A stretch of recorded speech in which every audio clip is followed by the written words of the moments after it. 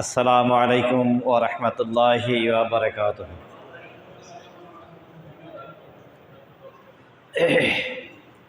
ভালো আছেন আপনারা?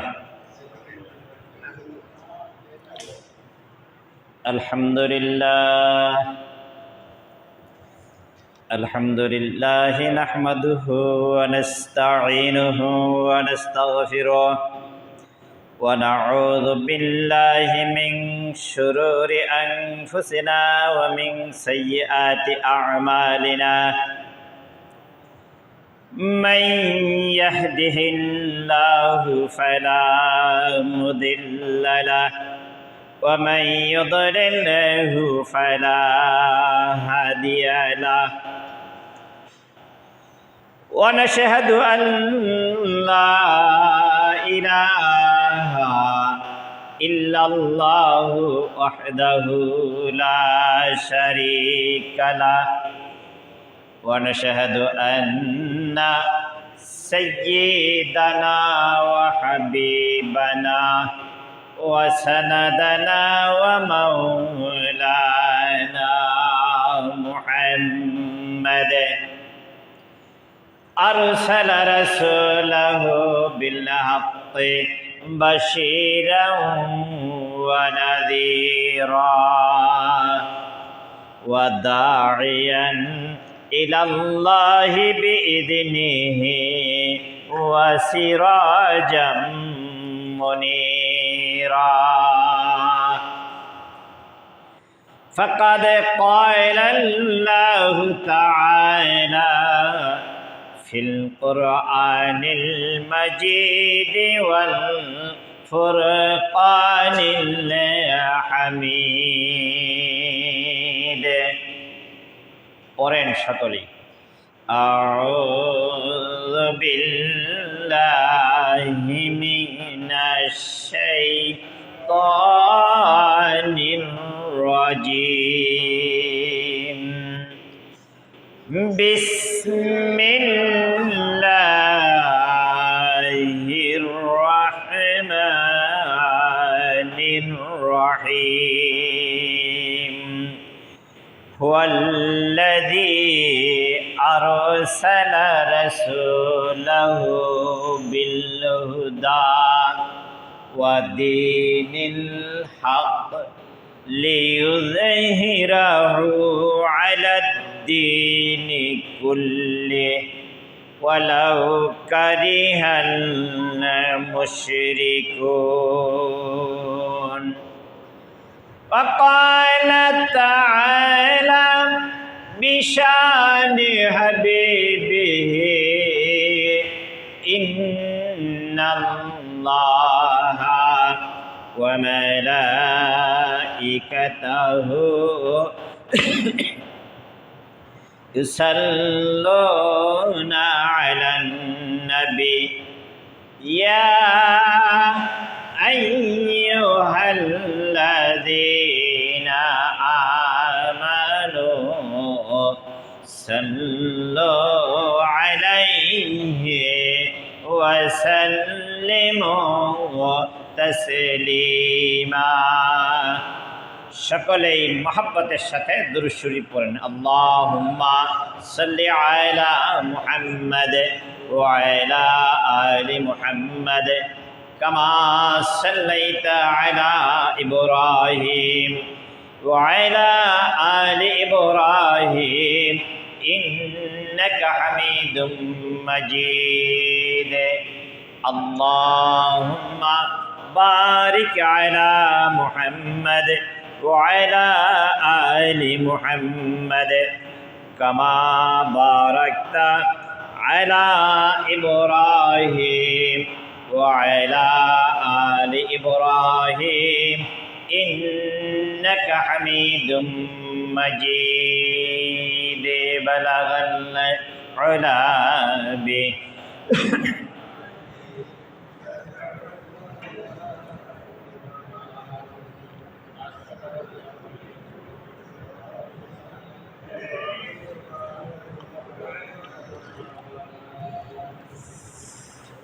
হাজারো ব্যথা বেদনারে পরে ফিরে আসনি তুমি আপন ঘরে, দিনের আলো তুমি ছড়িয়ে দিতে চলে গেলে মদিনায় মক্কা ছেড়ে। হে রাসূল তোমাকে ভুলি আমি কেমন করে, বলেন সবাই। হে রাসূল তোমাকে ভুলি আমি কেমন করে। হাজারো ব্যথা বেদনার পরে ফিরে আসনি তুমি আপন ঘরে, দিনের আলো তুমি ছড়িয়ে দিতে চলে গেলে মদিনায় মক্কা ছেড়ে। হে রাসূল তোমাকে ভুলি আমি কেমন করে। খেয়ে না খেয়ে দিন প্রচারের কাজে নিজেকে দিয়েছ বিলিয়ে, তায়েফের কাফেরেরা চিনল না আলোয়, দুষ্ট ছেলেদের পিছু দিল লেলিয়ে। পাথরের আঘাতে ক্ষত বিক্ষত হয়ে সারা শরীর থেকে রক্ত ঝরে। হে রাসূল তোমাকে ভুলি আমি কেমন করে। হে রাসূল তোমাকে ভুলি আমি কেমন করে। সম্মানিত ইমাম সাহেব, দিগার ওলামায়ে কেরাম, মুসল্লিয়ানে আযাম, যুবক ভাইয়েরা, পর্দার আড়ালে শ্রবণরতা মা ও বোনেরা, আসসালামু আলাইকুম ওয়া রাহমাতুল্লাহি ওয়া বারাকাতুহু। মহান রব্বুল ইজ্জাত আল জালালের দরবারে সকলে মিলে কালিমাতুশ শুকর আদায় করছি যে আল্লাহ তাআলা আমাদেরকে আজ পবিত্র শুক্রবার জুমার নামাজ আদায়ের উদ্দেশ্যে আল্লাহর ঘরে আসার সুযোগ করে দিলেন। কার ঘরে? জোরে বলছি, কার ঘরে?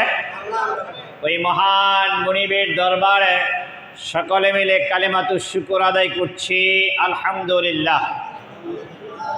জোরে বলছি আলহামদুলিল্লাহ। রব্বানা লাকাল হামদ হামদান কাসীরান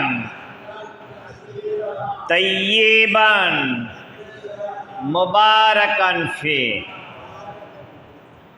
দরুদ ও সালাম পেশ করছি মানবতার দূত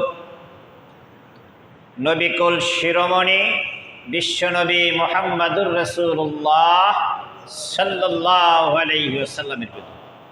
সম্মানিত হাজিরিন, আমি গত শুক্রবারে আলোচনা করতেছিলাম দ্বীনে হক।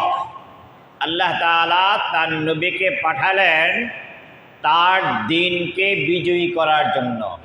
লিইয়ুযহিরাহু আলা দ্বীনি কুল্লি, সকল জীবন ব্যবস্থা থেকে, সকল দিন থেকে আল্লাহ তাআলার দ্বীনে হককে তিনি বিজয়ী করবেন, জয়ী করবেন, প্রতিষ্ঠিত করবেন।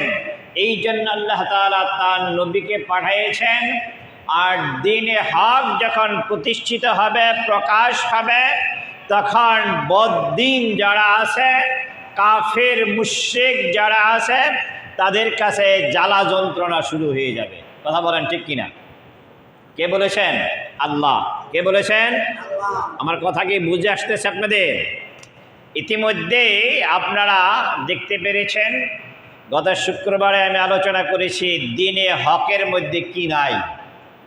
দিনে হক এর মধ্যে সুদ নাই, ঘুষ নাই, সিনেমা নাই, অশ্লীলতা নাই, বেহেয়াপনা নাই। আর যারা বেহেয়াপনাকে পছন্দ করে, সিনেমাকে পছন্দ করে, সুদকে পছন্দ করে, ঘুষকে পছন্দ করে, তারা আল্লাহর দিন পছন্দ করবে না। কথা বলেন ঠিক কিনা? আমি কি বুঝাতে পারছি আপনাদের কথা না? যারা সুদ পছন্দ করে, ঘুষ পছন্দ করে, নেশা পছন্দ করে, মদ পছন্দ করে, জুয়া পছন্দ করে, তারা আল্লাহর দিনকে, আল্লাহর দেওয়া দিন, যে দিন রাসূলের কাছে পাঠিয়েছেন, দিনে হক, এটা তারা পছন্দ করবে না। আর যদি দিনে হক প্রতিষ্ঠিত হয়ে যায়, তাহলে এই লোকদের শরীরের মধ্যে জ্বালা যন্ত্রণা শুরু হবে। কথা বুঝে আসছে আপনাদের? ইতিমধ্যেই আপনারা দেখেছেন, বেশ পত্রপত্রিকায় শুরু হয়েছে। ড্রাইভার একজন, নাম জানি কি, এই যে কয়দিন আগে পত্রিকায় আসলো, ইমাম সাহেব জোরে বলেন, আবেদ আলী। কি ড্রাইভার? কথা বলেন না কেন আপনারা? কি ড্রাইভারের নাম আসছে? আবেদ আলী। আবেদ আলী একজন ড্রাইভার, একটা ড্রাইভার। তার নামে, তার বউয়ের নামে কোটি কোটি টাকা, ফ্ল্যাট, বাড়ি, জায়গা, জমির অভাব নাই। যে মানুষটা একটা ড্রাইভার হইয়া তার নামে বেনামে এত সম্পদ হতে পারে, যার ড্রাইভার ছিলেন তিনি, তার কি হতে পারে? সুতরাং এই কাজগুলো, এই টাকাগুলো অর্জন করছে বৈধ পথে না অবৈধ পথে? কথা বলেন, বৈধ পথে না অবৈধ পথে? ঘুষ খাইয়া এই কাজগুলো করেছে। যারা দিনে হক যদি প্রতিষ্ঠিত হয়, ঘুষ যদি এদেশ থেকে বন্ধ হয়ে যায়, তাহলে এই ঘুষখোরেরা এটা পছন্দ করবে না। কথা বলেন ঠিক কিনা? আর এই ঘুষে পাইয়া, কিছু বলছেন মুরব্বী? মুরব্বী কিছু বলেছেন? আর এই ঘুষ পাইয়া আমাকে 13টা বাজাই দিয়েছে, জনগণের 13টা বাজাই দিয়েছে। কথা বলেন ঠিক না বে ঠিক?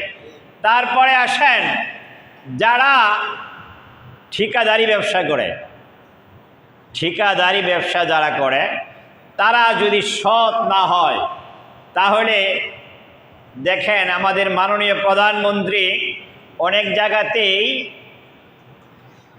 দরিদ্রদের জন্য ঘর বানিয়ে দিয়েছেন। বুঝছেন? এটা রেকর্ড পাইছেন আপনারা? গরিবদের জন্য ঘর বানিয়ে দিয়েছেন। দেখা গেছে পত্র পত্রিকায় আসছে, এই লোকেরা গড়ে ওঠার আগে ঘর ভাঙ্গা শেষ। আছেন এরকম?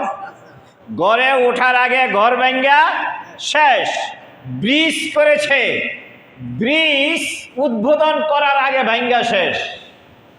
আমাদের কাশিমপুর কোনাবাড়ির রাস্তার কি হাল, কি দশা! এগুলো একটাই কারণ। কারণগুলো হলো, যেই মানুষগুলো এই কাজগুলো, সরকারি কাজগুলো করেন, এই মানুষগুলো একটাও সৎ না, ভালো মানুষ না। সকল মানুষগুলোই ঘুষখোর, দুর্নীতিবাজ। কথা বলেন। দুর্নীতিবাজ হওয়ার কারণে, ঘুষখোর হওয়ার কারণে সারা দেশের মানুষের ক্ষতি হচ্ছে, লাভবান হচ্ছে মুষ্টিময় কয়েকজন মানুষ। আমার আল্লাহ বলে দিলেন, লিউযহিরাহু আলাদ-দীনি কুল্লি ওয়ালাউ কারিহাল মুশরিকুন। যখন আল্লাহর দেওয়া দিন, আল্লাহর দেওয়া জীবন ব্যবস্থা এই দুনিয়ার মধ্যে কায়েম হয়ে যাবে, প্রতিষ্ঠিত হয়ে যাবে, তখন এই ঘুষখোর থাকবে না, অসৎ লোক থাকবে না। বুঝাতে পারছি কথাটা? অসৎ লোক থাকবে না, ঘুষখোর থাকবে না, দুর্নীতিবাজ থাকবে না, সবাই নামাজি হয়ে যাবে।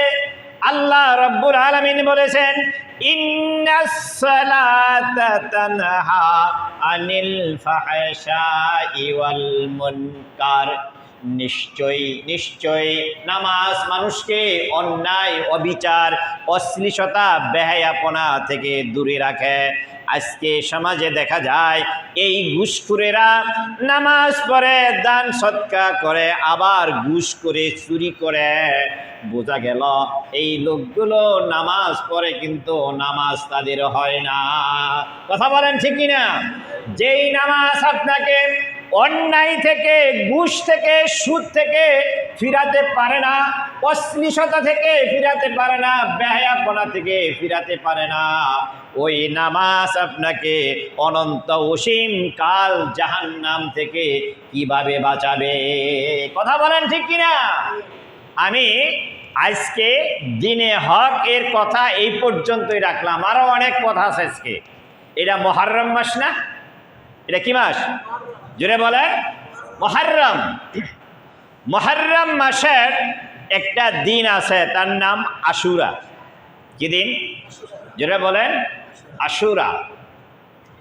এই দিনের অনেক ফজিলত আছে, অনেক ঘটনা আছে। পৃথিবীর মানুষ, বিশেষ করে বাংলাদেশের মানুষ, শুধুমাত্র ইমাম হুসাইন রাদিয়াল্লাহু তাআলা আনহু তার পরিবার পরিজন সহ কারবালা প্রান্তরে শাহাদাত বরণ করলেন, এটাকেই শুধুমাত্র জানে। আর অন্যগুলো মানুষের বিবেকে, মানুষের জ্ঞানের মধ্যে অতটা নাই। কথা বলেন ঠিক কিনা? আমি এই দিকগুলো পরে আসতেছি। এর মধ্যে আরও কিছু ঘটনা ঘটে গেছে এই দিনের মধ্যে। এই কথাগুলো আপনাদের সামনে একটু উপস্থাপন করার চেষ্টা করব। ওয়ামা তাওফীক ইল্লা বিল্লাহ। এই পৃথিবীতে মানুষ কে বানালেন? জোরে বলেন। কে বানালেন? আরো জোরে বলেন। আল্লাহ বানালেন। মানুষকে বানিয়েছেন প্রথম কি দিয়া? মাটি দিয়া। কি দিয়া? জোরে বলেন। আমার আপনার বডির যা আছে সম্পূর্ণ বডিটা বানিয়েছেন ফেরেশতাদের দিয়া। আল্লাহ তাআলা নমুনা বলেছেন এইভাবে বানাও, ফেরেশতা দিয়ে বানালেন। এই চেহারাটা আল্লাহ তাআলা তার নিজ কুদরতি হাতে বানিয়েছেন। সুবহানাল্লাহ। মানুষ তৈরি করার জন্য যে মাটির দরকার, এই মাটি আনার জন্য প্রথমে জিব্রাইল আমিন গেলেন। মাটি কান্নাকাটি করলো যে আমার কাছ থেকে মাটি নিয়ে এই আদম বানাইও না, কারণ এই আদমেরা অশ্লীলতা করবে, আবার এই মানুষকে জাহান্নামে জ্বালাবে। সুতরাং আমি মাটি থেকে এই মানুষকে বানানোর জন্য আমার কাছ থেকে তুমি নিও না। গেলেন মিকাইল, গেলেন ইসরাফিল, সকলেই মাটির কান্নাকাটিতে ফিরে আসলেন। পরিশেষে গেলেন আজরাইল। আজরাইল আর মাটির কান্নাকাটি তার কর্ণগোচর হলো না, থাপাদা নিয়ে আসলেন। আর এই মাটি দিয়া আল্লাহ তাআলা আদম আলাইহিস সালামকে বানালেন। সুবহানাল্লাহ। এই জন্য মাটি আনার জন্য যে আজরাইলের অবস্থাটা ছিল, যে ভূমিকাটা ছিল, আল্লাহ তাআলা চিন্তা করলেন এই মানুষের জান কবজের জন্য এরকম নির্দয় দরকার। যখন মানুষের জান কবজ হবে, তার আশপাশে তার পরিবার পরিজনরা কান্নাকাটি করবে, এগুলো দেখে যে ফেরেশতার মায়া মমতা রাখবে, ইনি জান কবজ করতে পারবে না। কাজেই এমরকম একজন ফেরেশতায় নিয়োগ দেওয়া দরকার, যার এই কান্নাকাটির মধ্যে মায়া লাগবে না, জান কবজ করে নিয়ে আসতে পারবে। অনেক হয়েছে যে মাত্র সন্তান প্রসব হয়েছে, সন্তান প্রসব হওয়ার পরেই মা দুনিয়ায় নাই। কথা বলেন, আছেন এরকম? ফেরেশতা যদি বেশি মায়া মমতা করতেন, চিন্তা করতেন যে মাত্র সন্তান প্রসব হলো, এর মারে যদি নিয়ে যাইগা, এই বাচ্চাটা কেমনে বাঁচবে? বাঁচানোর মালিক জোরে বলেন। মানুষ স্ট্রাকচার বানানোর পরে মানুষকে রূহ দেওয়া হলো। রূহ, ছোট বাচ্চাদের দেখবেন এই মাথার এখানে একটু গর্তের মতো দেখা যায়, দেখছেন না? আমরা ছোট সময় বলতাম ইন্দুর গাথা। আপনারা কি দেখছেন? ছোট বাচ্চাদের মাথার এখানে দেখা যায়। এই দিক দিয়ে আল্লাহ তাআলা রূহ দিলেন। আর এই রূহটা যখন এই নাক পর্যন্ত আসলো, তখন আদম আলাইহিস সালাম একটা হাঁচি দিয়েছিলেন। এই হাঁচিটা জিব্রাইল আমিন একটা পোলটা করে রেখে দিলেন। আর যেদিন আদম আলাইহিসসালামের ভিতরে রূহ দিয়েছিলেন সেই দিনটা ছিল মুহররমের 10 তারিখ, শুক্রবার। সুবহানাল্লাহ। মুহররমের 10 তারিখ, যেটা বলেন মুহররমের 10 তারিখ শুক্রবার। রূহ রয়ে গেল, হাসিটা রয়ে গেল কোথায় বলেন? জিব্রাইল আমিনের পোলটার মধ্যে। আপনারা শুনেছেন, ইতিহাস জানেন, ঈসা আলাইহিস সালাতু ওয়াস সালাম এর বাবা নাই। ইতিহাস জানেন না?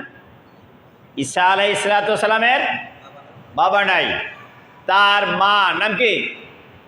মরিয়ম আলাইহিস সালাতু ওয়াস সালাম। ঈসা আলাইহিস সালামের মায়ের নাম কি? মরিয়ম আলাইহিস সালাতু ওয়াস সালাম। তিনি যখন মসজিদের কাজে লাগাইছেন, অনেক বড় লম্বা ইতিহাস, ওইদিকে আমার বলার খুব একটা সময় নাই, বলবো না। তিনি গোসলখানাতে গোসল করতে গেলেন। জিব্রাইল আমিন একজন যুবকের ভেষে সে গোসলখানার মধ্যে উপস্থিত। মরিয়ম আলাইহিস সালাতু ওয়াস সালাম দেখে ভয় পেয়ে গেলেন, তুমি এখানে কেন আসছ? জিব্রাইল আমিন বলেন, ভয় নাই, আমি মানুষ না, আমি জিব্রাইল, আল্লাহর আদেশে এসেছি। কেন? যে তোমাকে একটা সন্তান দেওয়ার জন্য আসছি। তিনি বললেন, আমাকে তো কোনো পুরুষ স্পর্শ করে নাই, সুতরাং আমার সন্তান হবে কিভাবে? জিব্রাইল আমিন বলেন যে এইটাই আল্লাহর হুকুম। ওই যে হাঁচিটা ছিল, সেই হাঁচিটা জিব্রাইল আমিন ফু দিয়ে মরিয়ম আলাইহিস সালামের ভিতরে ঢুকিয়ে দিয়ে গেলেন। এইটাই ঈসা আলাইহিস সালাম জন্ম নিলেন। সুবহানাল্লাহ। হযরত মুসা আলাইহিস সালাম দ্বীনের দাওয়াত দিয়ে রাখলেন, ফেরাউন তার বিরোধিতা করতে লাগলো, আছে কিনা? ফেরাউন বিরোধিতা করতে করতে এমন একটা অবস্থায় পৌঁছলো যে তাকে হত্যা করার জন্য, মেরে ফেলার করার জন্য চক্রান্ত শুরু হয়ে গেল। মুসা আলাইহিস সালাম বুঝে ফেললেন, আমাকে ফেরাউন এই দেশে থাকতে দিবে না, বাঁচতে দিবে না, সুতরাং এই দেশটা থেকে আমার চলে যেতে হবে। মুসা আলাইহিস সালাম তার পরিবার পরিজন, তার অনুসারীদেরকে নিয়ে এই এলাকা ছেড়ে দিয়ে সামনের দিকে অগ্রসর হতে লাগলেন। ফেরাউনের বাহিনীরা 3 দিক থেকে ঘেরাও করে ফেললেন, সামনে নদী আর 3 দিকে ঘেরাও করা ফেরাউনের বাহিনী। সুতরাং মুসা আলাইহিস সালামের অনুসারীরা বলতে লাগলেন, ও আল্লাহর নবী, আমাদেরকে তো 3 দিক থেকে ঘেরাও করে ফেলেছে, আমাদের বাঁচার আর কোনো কায়দা নাই। মুসা আলাইহিস সালাম বললেন, লা তাহজান, তোমরা চিন্তা করো না, আমাদের সাথে আল্লাহ আছেন। সুবহানাল্লাহ। কে আছেন? আল্লাহ তাআলা। মুসা আলাইহিস সালামকে বললেন, ইদরিব বিআসাকাল হাজারা, তুমি পাথর দিয়া, তুমি তোমার লাঠি দিয়া এর মধ্যে আঘাত করো। নদীর মধ্যে মুসা আলাইহিস সালাম তার লাঠি দিয়ে আঘাত করলেন। আঘাত করার সাথে সাথে নদীতে 12টা রাস্তা হয়ে গেল। সুবহানাল্লাহ। কয়টা? জোরে বলেন, কয়টা?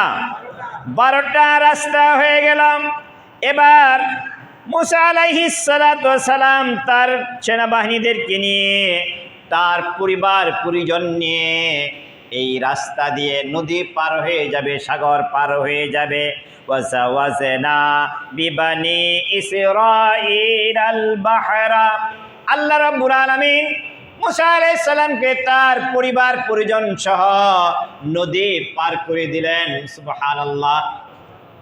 নদীর পার হয়ে গেলেন। মুসা আলাইহিস সালাম নদীর সামনে যেয়ে যখন দেখলেন রাস্তা হয়ে গেছে, ওয়াজ ফারাকনা বিকুমুল বাহরা ফাআনজাইনাকুম ওয়া গরাকনা আলা ফিরআউনা ওয়া আনতুম তানজুরুন। আল্লাহ তাআলা নদীকে ফারাক করে দিলেন। ফারাক, 2 দিক চলে গেল, মাঝখানটা দেয়ালের মতন হয়ে গেল। রাস্তা কয়টা? জোরে বলেন। 12টা। মুসা আলাইহিস সালাম তার ঘোড়া নিয়ে, তার পরিবার পরিজন নিয়ে খটখট খটখট করে নদী পার হয়ে গেলেন।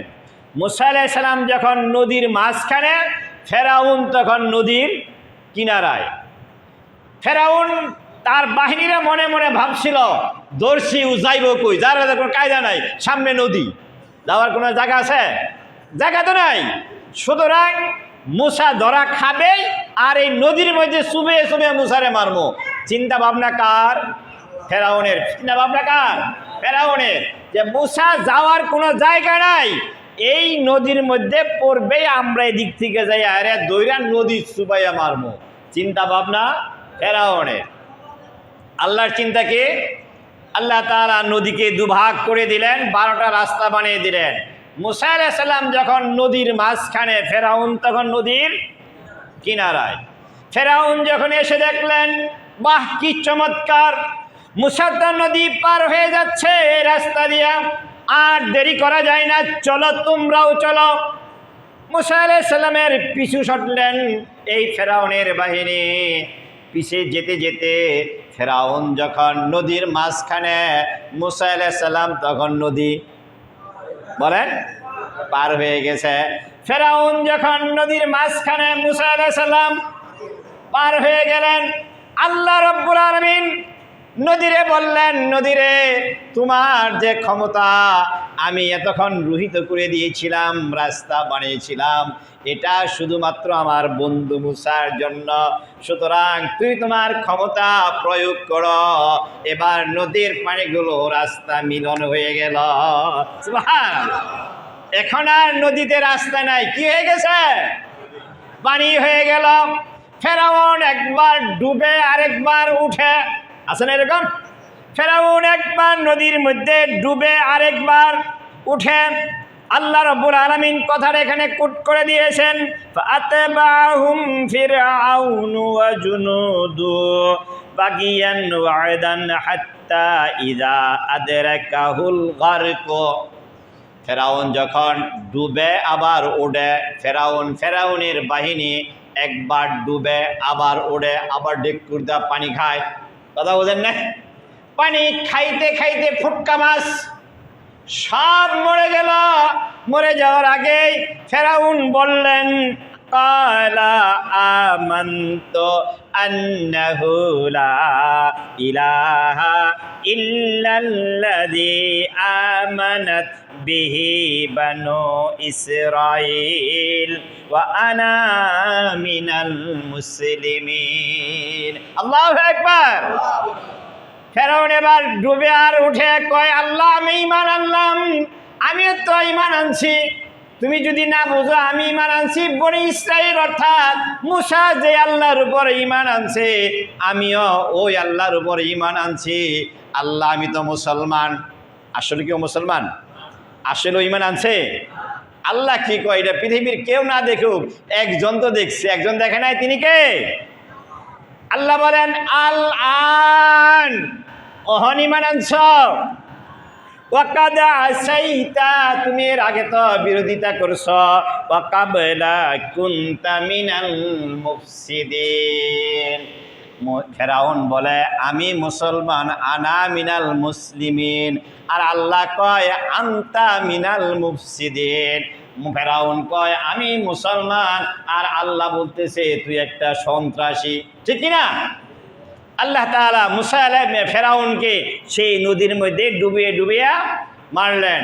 এবার আল্লাহ রাব্বুল আলামিন বলে দিলেন, ফালিয়াউমা নুনাজ্জিকা বিবাদানিকা লিতাকুনা লিমান খালফাকা আয়াতান ওয়া ইন্না কাসীরাম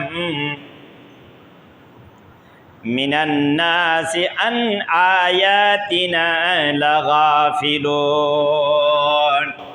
আল্লাহ বললেন, তোরা আমি মারলাম, কিন্তু তোর বডিটা আমি ঠিক রাখবো। তোর বডি পচবে না, তোর বডি গলবে না, তোর বডি মাছে খাবে না, পোকায় খাবে না। তোর বডিটা একটা আমি যত্ন করে রাখলাম, একটা টেক্সচার বানিয়ে রাখলাম, যেন কিনা ভবিষ্যৎ প্রজন্মে যারা এরকম ফেরাউন আসে, এরকম দেখা দেখা যেন বুঝতে পারে আল্লাহর নবীদের সাথে বেয়াদবি করলে তার ফল কি হয়। সুবহানাল্লাহ। এই যে মুসা আলাইহিস সালাম এই নদীটা পার হয়ে গেলেন, যেদিন পার হয়ে গেলেন সেদিনটা ছিল 10ই মুহররম। সেদিনটা ছিল কি? 10ই মুহররম। সম্মানিত ভাইয়ের আমার, এখন কথা অনেক, ওদিকে বলবো না, এত কথা বলার সময় নাই। আজকে শুধু এতটুকু বলবো যে শেষমেশ শেষের যায়া যে কারবালার ইতিহাসটা আমরা জানি, যে কারবালা প্রান্তরে ইমাম হুসাইন রাদিয়াল্লাহু তাআলা আনহু শাহাদাত বরণ করলেন। আগে আমরা ইতিহাসটা জানবো, কেন তিনি সেখানে শাহাদাত বরণ করেছেন, এটা জানা দরকার আছে না নাই? কথা বলেন।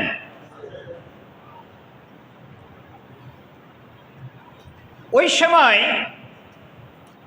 খলিফা ছিলেন মুয়াবিয়া। কে ছিলেন? মুয়াবিয়া রাদিয়াল্লাহু তাআলা আনহু। তিনিও নবীর বিশিষ্ট সাহাবী। তিনি বুঝে না বুঝে কেন করেছেন এগুলোর বলার খুব সময় নেই। তবে ইনি মরে যাওয়ার পরে, তিনি চলে যাওয়ার পরে স্বঘোষিত খলিফা ঘোষণা করলেন তার ছেলে ইয়াজিদ। নিজেই নিজেকে খলিফা ঘোষণা করলেন, প্রেসিডেন্ট ঘোষণা করলেন। যেই জিনিসটা রাজতন্ত্র ইসলাম যেটা সমর্থন করে না। এইটা যখন তিনি নিজে ঘোষণা করলেন, নিজেকে খলিফা ঘোষণা করলেন, তখন ইমাম হুসাইন রাদিয়াল্লাহু তাআলা আনহু এটাকে বিট্টে করলেন যে রাজতন্ত্র ইসলাম সমর্থন করে না। হযরত আবু বকর রাদিয়াল্লাহু তাআলা আনহু খলিফা ছিলেন, তিনি ইচ্ছে করলে তার ছেলেকে খলিফা বানাতে পারতেন। করেছেন? কথা বলেন, করেছেন? কথা কি বুঝতে সমস্যা হয়? ওমর, আবু বকর রাদিয়াল্লাহু তাআলা আনহু কি তার ছেলেকে খলিফা বানাইছেন? খলিফা ছিলেন ওমর রাদিয়াল্লাহু তাআলা আনহু, তিনি ইচ্ছে করলে তার ছেলেকে খলিফা বানাতে পারতেন। করেছেন? খলিফা ছিলেন হযরত ওমর রাদিয়াল্লাহু তাআলা আনহু, হযরত উসমান রাদিয়াল্লাহু তাআলা আনহু, তিনি ইচ্ছে করলে তার উত্তরসূরি কাউকে খলিফা বানাতে পারতেন। তিনি করেছেন? করেন নাই। মুয়াবিয়া রাদিয়াল্লাহু তাআলা আনহুর মৃত্যুর পর সাহাবা আজমাইন বসে পরামর্শের ভিত্তিতে যাকে খলিফা বানাবে তিনিই খলিফা হবেন। কিন্তু ইয়াজিদ তার ছেলে নিজে ঘোষণা করে নিজেই খলিফা, রাষ্ট্রপতি হিসাবে নিজেকে ঘোষণা করলেন। এইটা ইমাম হুসাইন রাদিয়াল্লাহু তাআলা আনহু মেনে নিলেন না, বিট্টে করলেন। ইমাম হুসাইন রাদিয়াল্লাহু তাআলা আনহু যখন বিট্টে করলেন, ইমাম হুসাইন রাদিয়াল্লাহু তাআলা আনহু কে ছিলেন? বিশ্বনবী মুহাম্মদ রাসূলুল্লাহ সাল্লাল্লাহু আলাইহি সাল্লামের কলেজার টুকরা, নয়নের পুতুল, মা ফাতেমা রাদিয়াল্লাহু তাআলা আনহার সন্তান। কথা বলেন, ঠিক কিনা? এখন তিনি যখন এটাকে বিট্টে করলেন, তার পক্ষে কি লোক থাকবে না? কথা বলেন, তার পক্ষে কি লোক থাকবে না? এখন যিনি রাষ্ট্রপতি হলেন, এখন কি তার পক্ষে লোক থাকবে না? রাষ্ট্রপতি যিনি হলেন তিনি তো ক্ষমতায়, রাষ্ট্র ক্ষমতা তার হাতে। কিন্তু ইমাম হুসাইন রাদিয়াল্লাহু তাআলা আনহু তিনি যখন বিট্টে করলেন, রাষ্ট্র ক্ষমতা কি তার হাতে? বহু লোক যারা রাষ্ট্রীয় কাজে নিয়োজিত, চাকরি করে, ইচ্ছায় আর অনিচ্ছায় ইয়াজিদের বশ্যতা স্বীকার করলেন। ইয়াজিদকে তারা প্রেসিডেন্ট হিসাবে, খলিফা হিসাবে মেনে নিলেন। আবার অনেকেই আছে ইমাম হুসাইন রাদিয়াল্লাহু তাআলা আনহুকে যারা পছন্দ করেন, ভালোবাসেন, তারা মেনে নিলেন না। এই দুই গ্রুপের মধ্যে একটা ঝগড়ার, দ্বন্দ্বর, যুদ্ধের সৃষ্টি হয়ে গেল। যখন এই গৃহযুদ্ধ লেগে গেল, কিছু মুরব্বী শ্রেণীর সাহাবারা, মুরব্বী শ্রেণীর মানুষ হুসাইন রাদিয়াল্লাহু তাআলা আনহুকে বুঝাতে লাগলেন যে এই গৃহযুদ্ধ না করার চাইতে আপনি যদি ইয়াজিদকে প্রেসিডেন্ট মেনে নেন, তাহলে এই গৃহযুদ্ধটা লাগবে না, মানুষ শান্তিতে বসবাস করতে পারবে। আমি আপনাদের সামনে পেশ করতেছি কারবালা প্রান্তরের দ্বন্দ্বটা কেন হয়েছিল। কারবালা প্রান্তরে শহীদ ইমাম হোসাইন রাদিয়াল্লাহু তাআলা আনহু কেন শহীদ হলেন? আপনারা কি আমার কথাগুলো বুঝতেছেন? সবাই বুঝতেছেন?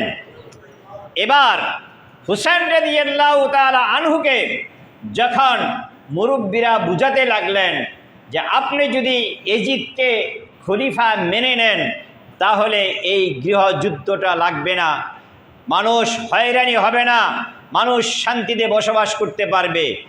তার মুরব্বীদের যুক্তি তো ঠিক, যুক্তি বলেন বলেন, যুক্তি ঠিক না? যুক্তি ঠিক। ইমাম হুসাইন রাদিয়াল্লাহু তাআলা আনহু সকল মুরব্বীদেরকে ডেকে বললেন, আমি কেন এই সিদ্ধান্তকে মানতে পারতেছি না, কেন ইয়াজিদকে খলিফা মানব না, আপনারা তার উত্তর নিয়ে নেন। ইয়াজিদকে খলিফা মানব না এই কারণেই, সে রাজতন্ত্র কায়েম হয়ে যাবে। রাজতন্ত্র যদি কায়েম হয়ে যায় তাহলে কখনো যোগ্য লোক খলিফা হতে পারবে না। রাজার বেটাই রাজা হবে, রাজার বেটাই রাষ্ট্রপতি যখন হবে তখন বাহিরের কোনো যোগ্য লোকের মূল্যায়ন হবে না। তখন রাজার ছেলে রাজা, যোগ্য হোক আর অযোগ্য হোক, সে ন্যায়বান হোক আর অন্যায়কারী হোক, সে সুদখোর হোক আর ঘুষখোর হোক, সে সন্ত্রাসী হোক আর যাই হোক না কেন, রাজার ছেলে রাজাই হবে। কোনো যোগ্য লোক, ভালো লোক রাষ্ট্রপতি হতে পারবে না। এটা এক নম্বর কথা, বলেন ঠিক কিনা? দুই নম্বর হলো, রাজার ছেলে যদি রাজা হয়, রাষ্ট্রপতির ছেলে যদি রাষ্ট্রপতি হয়, রাজতন্ত্র যদি কায়েম হয়, তাহলে মানুষ এমন একটা সময় আসবে, রাষ্ট্রপতি তার নিজের চেয়ারকে বজায় রাখার জন্য আল্লাহর আইনকে তুলে দিয়ে সেখানে রাষ্ট্রপতি তার নিজের মন গড়া আইন বসাবে, নিজের মন গড়া কানুন বসাবে। তখন মানুষ বিভ্রান্ততে পড়ে যাবে। মানুষ কি আল্লাহর আইন মানবে না এই মানুষের তৈরি করা আইন মানবে? তখন মানুষ এমন একটা পরিস্থিতি পড়ে যাবে, মানুষ আল্লাহর আইনকে বাদ দিয়ে মানুষের তৈরি করা, অর্থাৎ রাজার তৈরি করা আইনকে মানুষ মানতে বাধ্য হবে। কথা বলেন ঠিক কিনা? আজকে হচ্ছে কি হচ্ছে না? কথা বলেন, হচ্ছে কি হচ্ছে না? কথা এখানে রাখলাম, আর একটু ছোট কথা বলে নেই। আপনারা বলেন তো, একজন মানুষ যদি ইচ্ছে করে আল্লাহর হুকুম, সে সব কিছু মেনে চলতে পারে? ধরেন পর্দা করা, হক হালাল খাওয়া, নামাজ পাঁচ ওয়াক্ত পড়া, ইত্যাদি ইত্যাদি যা কাজ আছে, একজন মানুষ যদি ইচ্ছে করে তাহলে ইসলামের পূর্ণাঙ্গ সব কি ইচ্ছে করলে মানতে পারে? কথা বলেন, পারে? এর পক্ষে কারা কারা হাত উঠান দেখি, হাত নামান। পারে না, এর পক্ষে কারা কারা আছে? তাহলে বোঝা গেল যে মানুষ ইচ্ছে করলে, ইসলামকে নিজে ইচ্ছে করলে পুরোপুরি মানতে পারে। আপনারা এই পক্ষে সবাই ঠিক আছে তো? এবার আমি আসি, আপনারা যখন, কেউ কি এখানে আছেন হোন্ডা চালান? আছেন কেউ? রিক্সা চালান কেউ আছেন? গাড়ি চালান কেউ আছেন এখানে? কথা বলেন না কেন? আছেন? যে গাড়ি চালান, রিক্সা চালান, হোন্ডা চালান, আপনারা যাবার সময় রাস্তার কোন দিক দিয়ে যান? বলেন বলেন, আবার বলেন, একটু জোরে বলেন। বাম দিক দিয়া। রাস্তার বাম দিক দিয়ে যাওয়া কি ইসলামে আছে? কথা বলেন। আপনারা একটু আগে বলছেন ইচ্ছে করলে মানতে পারি, তাহলে এখন বোঝা গেল ইচ্ছা করলে মানতে পারি না। কাকু কথা বলেন, ইচ্ছা করলে মানতে, কথা বলেন না কেন? ইচ্ছা করলে মানতে পারি না। বিচারক চেয়ারে বসে বিচার করার জন্য, জিনা করলে তার যেই শাস্তি দেওয়ার কথা, বলেন আপনারা, বিচারক এই ম্যাজিস্ট্রেটের চেয়ারে বসে সে কি এই কোরআনের আইন অনুযায়ী রায় দিতে পারে? কথা বলেন। ডাকাতি করলে যেই শাস্তি দেওয়ার কথা, ডাকাতি করলে যেই শাস্তি দেওয়ার কথা, ম্যাজিস্ট্রেট চেয়ারে বসে কি এই শাস্তি দিতে পারে? আপনারা বলছেন ইচ্ছে করলে ইসলামকে মানা যায়। ইমাম হুসাইন রাদিয়াল্লাহু তাআলা আনহু তিনি চিন্তা করলেন, রাজার বেটা যদি রাজা হয় তখন দেখা যাবে তার মন মতো কিছু আইন কানুন বানিয়ে নিবে। তখন মানুষ ইচ্ছায় আর অনিচ্ছায় আল্লাহর দেওয়া বিধানকে বাদ দিয়ে মানুষের তৈরি করা বিধান মানতে বাধ্য হয়ে যাবে। কথা বলেন ঠিক কিনা? এই জন্য ইমাম হুসাইন রাদিয়াল্লাহু তাআলা আনহু বললেন, ও মুরব্বীরা তোমরা শুনে রাখো, যদি রাজার বেটা রাজা হয়, রাজতন্ত্র কায়েম হয়ে যায়, এমন একটা সময় আসবে মুসলমান শুধু নামে মাত্র মুসলমান থাকবে। এই মুসলমানেরা আল্লাহর আইনকে বাদ দিয়ে মানুষের তৈরি করা আইন মানতে বাধ্য হয়ে যাবে। কথা বলেন ঠিক কিনা? আজকে আমরা আছি না নাই? আমরা কি ওই মধ্যে আছি? ইচ্ছা করলেও আমরা আল্লাহ ইসলামকে পুরোপুরি মানতে এই জন্য প্রয়োজন হলো কোরআন এই তাকের মধ্যে রাখা যাবে না। কোরআন শুধু মসজিদের তাকে রাখলে হবে না, এই কোরআনকে বসাতে হবে সংসদে। কথা বলেন ঠিক কিনা? কোরআনকে কোথায় বসাতে হবে? জোরে বলেন কোথায়? কারা কারা রাজি আছেন হাত উঠিয়ে দেখান। সম্মানিত ভাইয়ের আমার, আর এই কাজটা করতে গেলেই জালেম গোষ্ঠীরা পছন্দ করবে না। আর তারা পছন্দ করুক বা না করুক, সম্মানিত ভাইয়ের আমার, ইমাম হুসাইন রাদিয়াল্লাহু তাআলা আনহু আল্লাহর বিধানকে ঠিক রাখার জন্য কারবালা প্রান্তরে নিজের ইচ্ছায় শাহাদাত বরণ করেছেন। সুবহানাল্লাহ।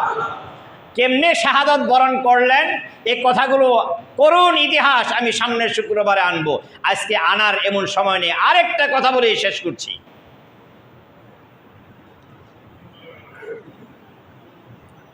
তিনি বললেন, ইমাম হুসাইন রাদিয়াল্লাহু তাআলা আনহু জনগণকে বুঝাই দিয়েছেন, মুরব্বীদেরকে বুঝাই দিয়েছেন। মনে আছে আপনাদের কথা?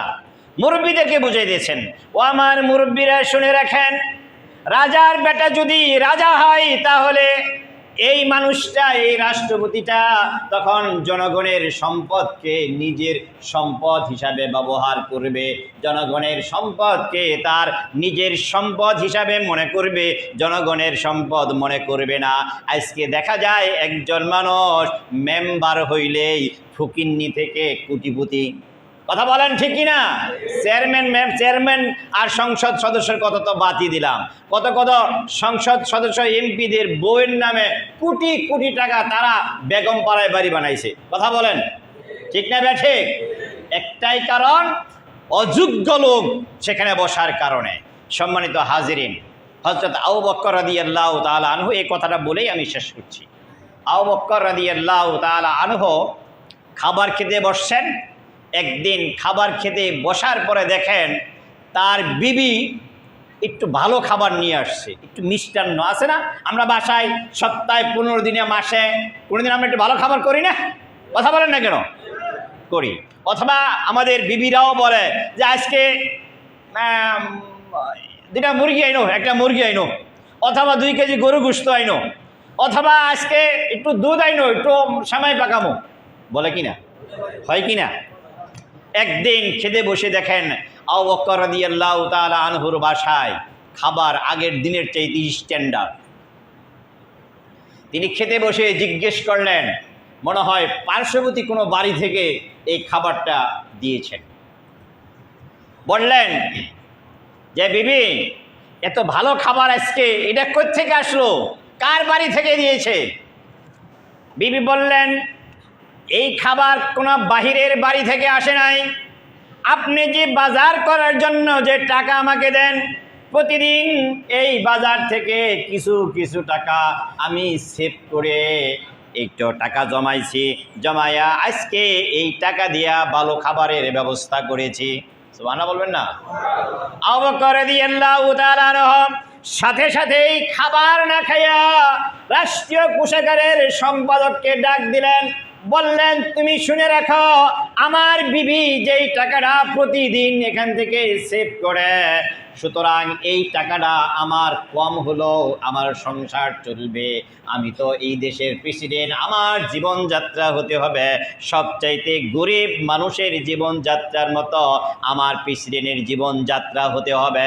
সুতরাং আমার হাদিয়া থেকে আমার যে বেতন দেওয়া হয় এই বেতন থেকে এই টাকাটা কমাইয়া দিবা। তা যদি কমাইয়া না দাও, কাল হাসরের ময়দানে আমি আল্লাহর দরবারে জবাব দিতে পারবো না। সুবহানাল্লাহ। ইমাম হুসাইন রাদিয়াল্লাহু তাআলা আনহু বললেন, এই যদি যোগ্য লোক না হতো, খলিফার ছেলে যদি খলিফা হতো, রাজার ছেলে যদি রাজা হতো, তাহলে দেখা যেত একটা সময় এরকম হয়ে যাবে, রাষ্ট্রীয় সম্পদগুলো সে নিজের সম্পদ হিসাবে মনে করে নিবে। সম্মানিত হাজিরিন, আমি আর কথা সামনে বাড়বো না। আজকে ইমাম হুসাইন রাদিয়াল্লাহু তাআলা আনহু কেন মেনে নিলেন না, তার পয়েন্ট মাত্র 2-3টা বললাম।